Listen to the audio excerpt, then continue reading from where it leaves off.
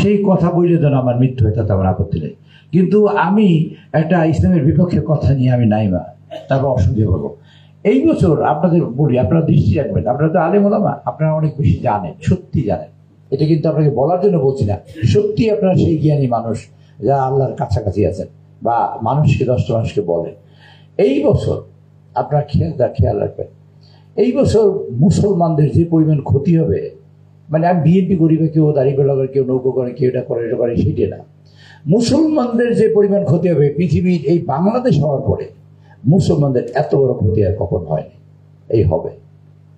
ধরুন আমির হামজা সাহেব, তিনি বললেন যে এই, আমি বলি, এটা নাম মনে বললে আমি কেউ কিন্তু ছোট করার জন্য না, কেউ অসম্মান করার জন্য বলছি না, আর নাম ধরে বলছি, সেটা না বললে আমরা বুঝবেন কেমন। উনি চরমনায় বিশ্বের সম্পর্কে অনেক কথা বলছেন, কি যেন একটা আয়াত আছে, সেটা আয়াত দিয়ে বলছেন, অলিয়া মুর্শিদা, সূরা কাহাফের মতো কোন জায়গায় আছে একটা অলিয়া মুর্শিদা একটা আছে, যে ওনারা সেই মুর্শিদ এবং ওনাদের হাতে হাত দিলে কেবল জান্নাতে যাওয়া যাবে, এরকম বক্তৃতা। এবং সেটা বলছে যে এটা প্রশ্ন করছেন আল্লাহ, সেই প্রশ্নটাকে তার নিজের পক্ষে নিয়ে এসে বক্তৃতা দিয়েছেন, তার কোরআন শরীফের ভুল ব্যাখ্যা করেছেন, এটা আমির হামজা সাহেব করেছে। আবার আমির হামজাই এখন আবার জামাতের টিকিট নিয়ে ইলেকশন করতেছেন এবং ওনার সাথে থাকবেন, ফলটা দাঁড়াইবে কি? আমি নিজে আমির হামজা সাহেবের বক্তৃতা শুনি, সত্যি কথাই, ফলটা কি দাঁড়াতে পারে উনি নিজে বলছেন। আবার তার সাথে মিলা আমি যদি বলি একটা লোকরে সে চোর বা ডাকাই, আমি তার লাগে গলায় গলায় হাত দিয়ে হাঁটলে আপনার কি মনে করবেন? এই জন্য মানুষের ইমান আকীদা নষ্ট হবে। আবার একজন হুজুর আছে, খুব বিখ্যাত হুজুর, ইউটিউবে প্রায় দেখবেন আপনার, এই মানুষকে টাচ করে এটা ওরা করে কইয়ে ফেলায়, এটা কিন্তু মানুষের মধ্যে অসুবিধা। এখন হলো কি, আমি হামজা সাহেবের বক্তৃতা দেখি, কাল থেকে দেখি না, কথাও কইলেন কিন্তু কাল থেকে দেখি না। আবার উনি কইলেন একটা বক্তৃতা, এটা বাদে আছে আপনার, কয় যদি টাটকা অলি দেখতে চান তাহলে মুখে দেখে আছে, ইউটিউবে খুঁজবেন টাটকা অলি। একটা অলি এবার টাটকা হয় নাকি, জীবিত অলি টাটকা? আচ্ছা, টাটকা অলি দেখলাম। সেই অলিরা এখন যদি মুশরিকের পর্যায়ে পড়ে, তাহলে আপনি করবেন কি? আমি কি শুনবো বক্তৃতা? এরকম সকল হুজুরের বক্তৃতা শুনে নিজে নিজে কিছু বিতশ্রদ্ধ হয়েছে, যাদের কথা মাথায় মন দিয়ে শুনতাম, মাথায় রাখতাম, তারাই একজনের কথা বলে আর একজনের ভিডিও ফেলে। বিশেষ করে আপনারা দেখবেন ফেসবুকের ইউটিউব খুললে সকল আলেমরা সকল আলেমের মধ্যে বক্তৃতা দেওয়া শুরু করছেন। এটা সত্যি বলছি কিনা বলেন তো, একটু জোরে করেন, সত্যি বলছি কিনা? আচ্ছা, আমি একজন সাধারণ মানুষ হিসেবে আমি বিভ্রান্ত হই কিনা? তা আমার বিভ্রান্ত হওয়ার কারণে আমি অনেক মানুষ এরকম, আমি জ্ঞান বুদ্ধি খাটাই, কি করলে কি হবে, কি করলে কি হবে, কিন্তু অনেক মানুষ জ্ঞান বুদ্ধি না খাটাই বলে যে এই হুজুরে ওকে বুদ্ধি করে, ওই হুজুরে এই বুদ্ধির কথা বলে। দুই সাধু এক বাড়িতে আসছে, আসার পরে এক সাধু গোসল করতে গেছে, জানেনই গল্প আপনার সবাই, তারপর আমি আবার বলি। তারপরে এই সাধু, এই যে সাধু ঘরে আছে তাদের দিয়ে গেছে, ওই সাধুর জজমা কেমন, শক্তি কেমন, কার শালা একটা গরু। তারপর ওই সাধু আসছে গোসল করে, এই সাধু গেছে গোসল করতে, এই সাধুর শক্তি কিরকম, আধ্যাত্মিক পাওয়ার কিরকম, ওই শালা একটা ছাগল।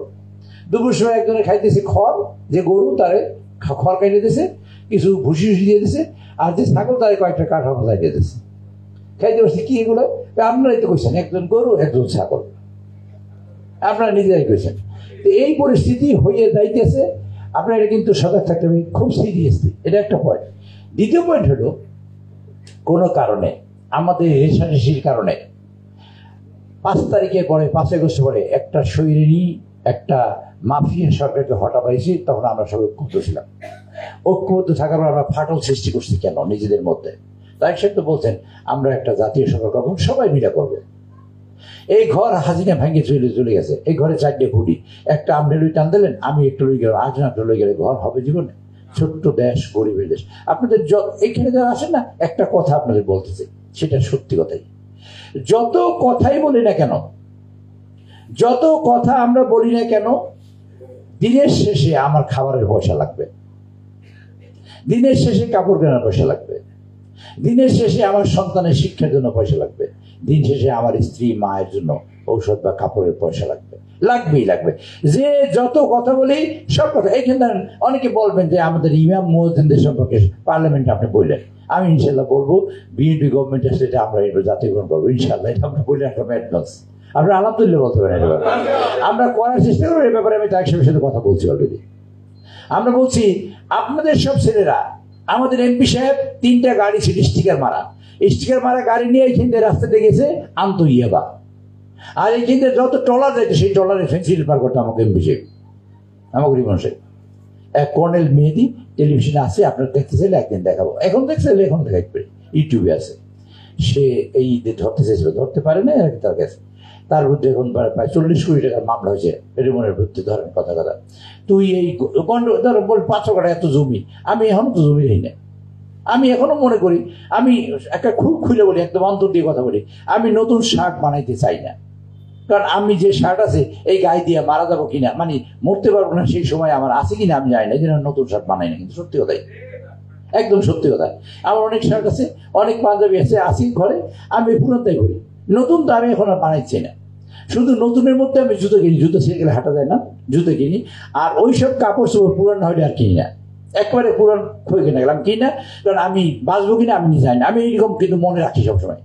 আমি একটা ঢাকা শহরে এটা 2 বছর পরে পাবো এমন কোনো কাজ আমি হাতে দিই না, কারণ আমি 2 বছর বাঁচবো কোনো গ্যারান্টি নেই, আমি নিজে বিশ্বাস করি এটা।